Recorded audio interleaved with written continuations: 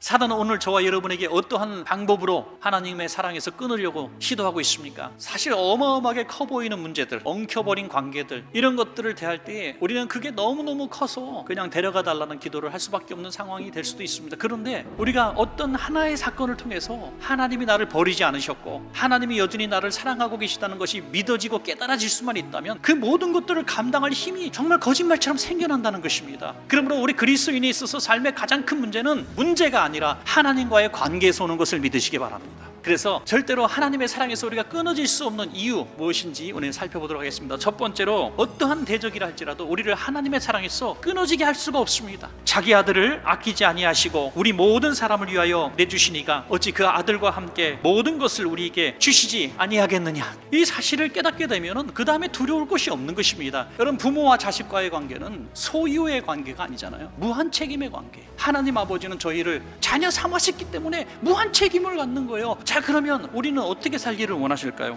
하나님 아버지의 사랑과 공급을 받는 비결은 먹을 것 입을 것을 구하는 것이 아니라 우리는 하나님의 일을 하고 하나님은 우리의 삶을 책임져 주는 관계를 말씀하고 있습니다. 너희 먹고 살 건 내가 책임질 테니까 그 나라와 의를 좀 구해라. 여러분, 그래서 우리의 최고의 대적은 밖에서부터 오는 대적이 아니라 바로 내 안에 있는 하나님의 뜻대로 살지 못하게 만드는 의심과 두려움과 탐욕과 증오와 고통들인 것입니다. 하나님은 절대로 우리와 그 관계를 끊을 생각이 없으신 분이십니다. 두 번째로 고발과 정죄가 우리를 하나님의 사랑에서 끊어지게 할 수가 없습니다. 누가 능히 하나님께서 택하신 자들을 고발하리요 의롭다 하신 이는 하나님이시니 누가 정죄하리요 죽으실 뿐 아니라 다시 살아나신 이는 그리스도 예수시니 누가 알면은 정말 부끄러워질 만한 일도 우리가 행하고 있거든요. 오늘 마귀가 그것을 드러낼 때에 죄책감 속에 깊이 빠져들 수밖에 없는 것입니다. 더군다나 오늘 정죄한다고 했습니다. 네가 집사라고 네가 목사라고 하면서 계속 우리를 부끄럽게 만들면서 고발하고 너는 벌 받을 거야, 너는 구원받지 못할 거야, 너는 복 받을 수가 없어, 계속 이렇게 얘기한다는 겁니다. 그것이 맞습니까? 여러분, 이것에 속지 마십시오.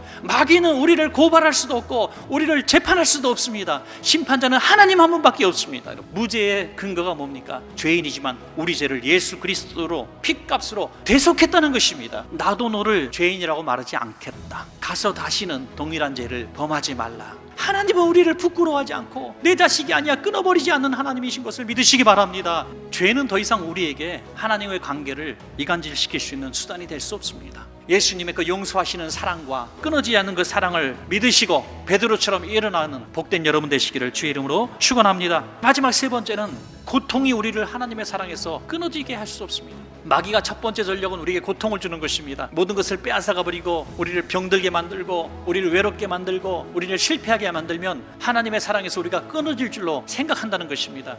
이 모든 것들이 우리를 둘러싸고 우리를 고통스럽게 만들고 그럼에도 불구하고 그 하나님과의 사랑의 관계를 끊을 수가 없다는 것입니다. 우리 문제 해결을 받기 위해서 믿는 것이 아니라 하나님의 나를 향한 사랑을 믿는 것입니다. 힘들어도 아파도 고통받아도 더 하나님께 매달리는 우리의 모습이 있기 때문에 마귀는 결국 우리를 하나님과 우리의 관계를 끊어놓을 수가 없게 되는 것입니다.